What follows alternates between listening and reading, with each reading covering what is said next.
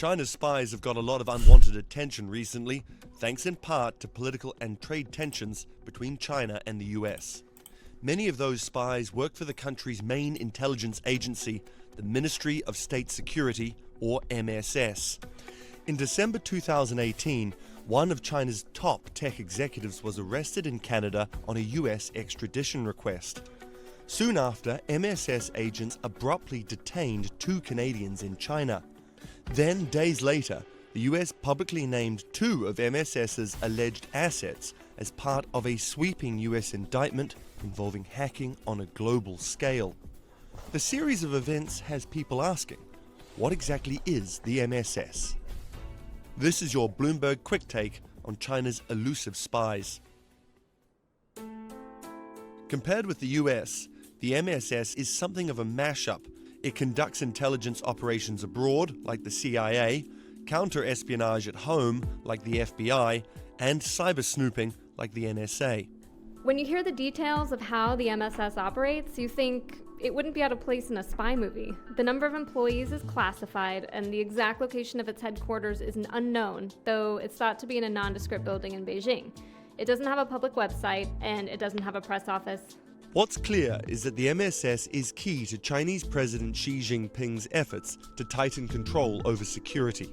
Its head, Chen Wenqing, is an ex-police chief who helped direct Xi's nationwide anti-graft campaign.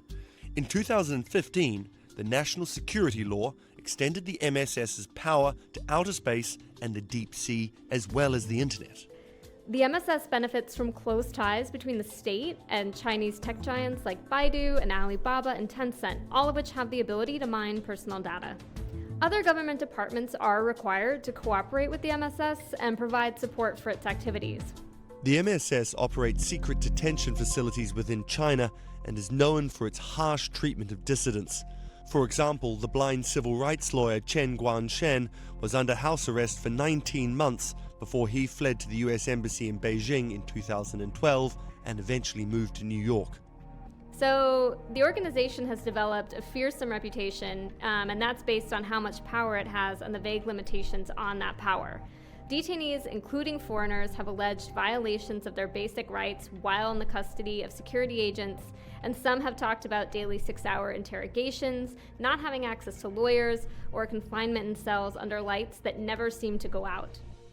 Media reports have noted some key MSS victories, including the possibility that they monitored President Donald Trump's calls made on unsecured cellular devices.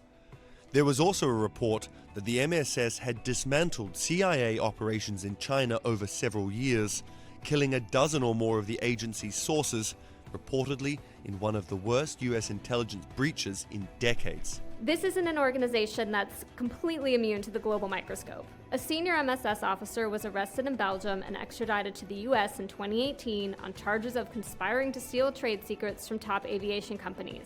But you have to remember, this is still an organization that's very powerful. That was reportedly the very first time a spy for China's government had ever been brought to America to face charges.